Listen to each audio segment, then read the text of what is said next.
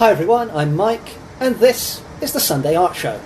Today, as you can see, we're back down at Widemouth Bay on the north coast of Cornwall, an absolutely beautiful spot, quite a shallow beach, and as you can see, or you're about to see, the water goes in a few seconds from about a millimetre deep to about 18 inches deep, so the water nearly went down the top of my Wellington boots there. But you know, if you look off in the distance, some amazing landscape there as well. The mist from the sea just rising up above the water. And that big rock there, that's the rock I actually painted the last time we were down here a few weeks ago on the channel. But this week I decided to look in the opposite direction up the beach and paint the scene looking northwards, so in the direction those dogs are running. And this time I'm going to do mixed media with watercolour and the Inktense Blocks. So if you remember one of the most recent times I was down at Fistral, I combined the Inktense Blocks with acrylic, but this will be my first time combining watercolour and Inktense. So I'm starting with a pad of watercolour paper. I've got my little field easel set up there, and as you can see I've already used a watercolour marker pen to just very loosely outline the lines of the cliffs and the shoreline and the horizon. And then using a 1/2 inch flat brush, I'm just spraying the paper with water, and I put in a block of blue for the sky.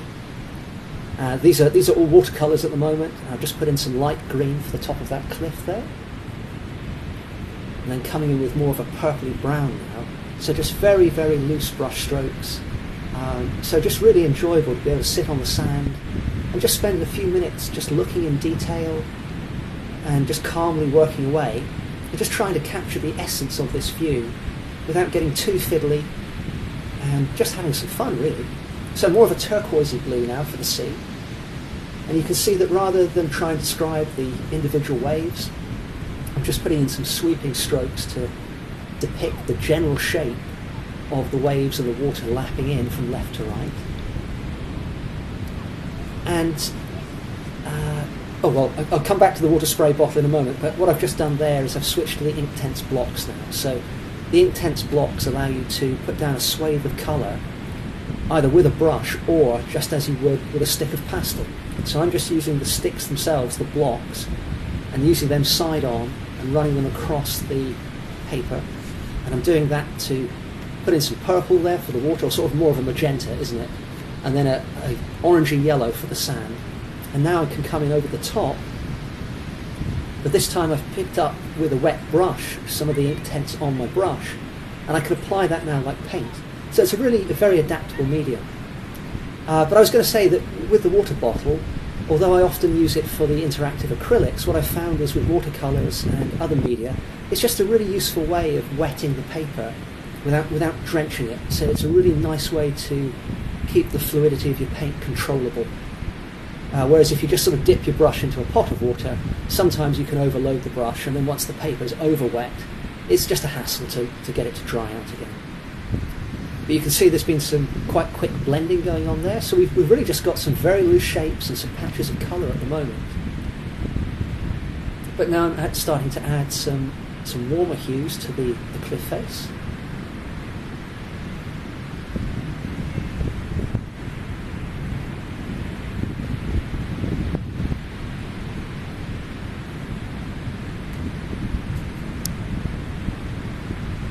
Now, if we're going for, an exact representation, then really the colours I'm putting onto the cliff face here, they should be more muted. And there are a couple of ways of dealing with that. You can mix more grey into your colour. You could use a more dilute version of the same paint, or you could do what I'm doing here and put the colours on as they are, and then perhaps glaze over the top with a grey or like a bluey grey wash, something like that, just to generally soften and desaturate the tones. You can see I'm blending now with some water and just lifting off with a paper towel, so that's kind of knocked them back a bit. The distant cliffs are probably still a little bit too strong in terms of pigmentation, but on the whole for this quick study I'm still quite happy with those colours. So the idea of, for me at least, the idea when I'm at the beach of painting outside is to just see what I can achieve in a few minutes in the open air.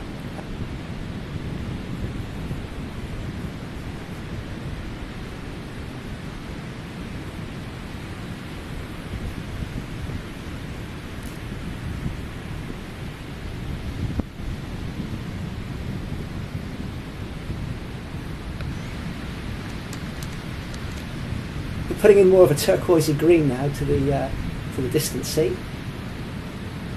And you notice that for the most part I'm keeping my brush strokes horizontal for the distant things, certainly for the water and the sky, and also in the top right of the painting where the water's been sprayed, some of that paint's lifted off, and I quite like that effect, that texture that you get, so that's working quite well from my point of view. But I'm coming in with a flat brush now and putting in some sweeping darker lines to indicate the water lapping in from left to right again. And because when, I don't know how well you can see it in the video because it's off in the distance a little bit, but if you look at the very small waves just trickling in across the shallows, there is quite a deep line of shadow there underneath the little burst of white water. And I'm adding in some brown patches now to help to depict the wet sand. So in between those little waves lapping in, when you look at the patches of water, you'll find that there are often patches of dark and light as the light bounces off of the shallow water. So I typically treat that by having my mid-tone as my first layer, indicating where my little waves are, putting in some patches of dark, and then if I feel necessary, I'll then add highlights to help depict where the light is really striking, really reflecting strongly.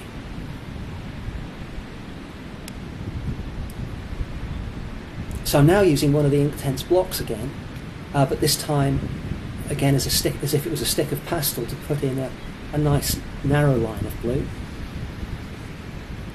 So these Inktense blocks, they really are cool. They're so adaptable. And the great thing is the pigments are so strong, hence the name Inktense, I guess, but they really are good things. Now I'm back to the watercolour marker, the stuff that I used right at the start for the lines, putting in some more purple lines this time.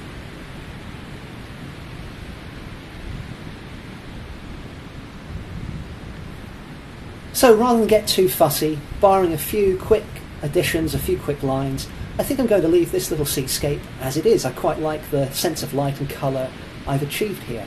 The next time we come down to Widemouth, I'm hoping to do a seascape based on the view in the other direction. Check out the beautiful light bouncing off the water looking out to sea here.